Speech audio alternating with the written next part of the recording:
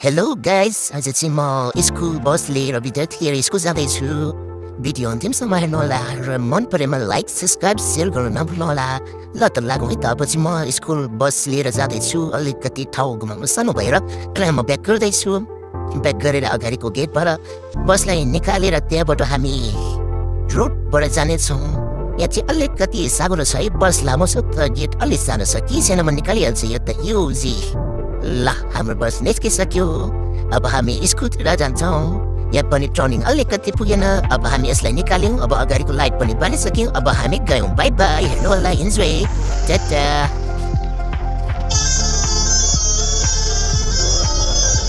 Oh my god, अगाडि त red light छ। यहाँ त रोक्नुपर्ने हुन्छ। हामीले नियम पालना गर्नुपर्ने हुन्छ। विद्यार्थी भाइ बहिनीहरू सबैजनाले नियमको पालना गर्नुहोस्। अब हामी रेड लाइट हुने जेलसम्म यहीँ पर्खेर बस्छौँ। जब रेड लाइट खोल्छ अनि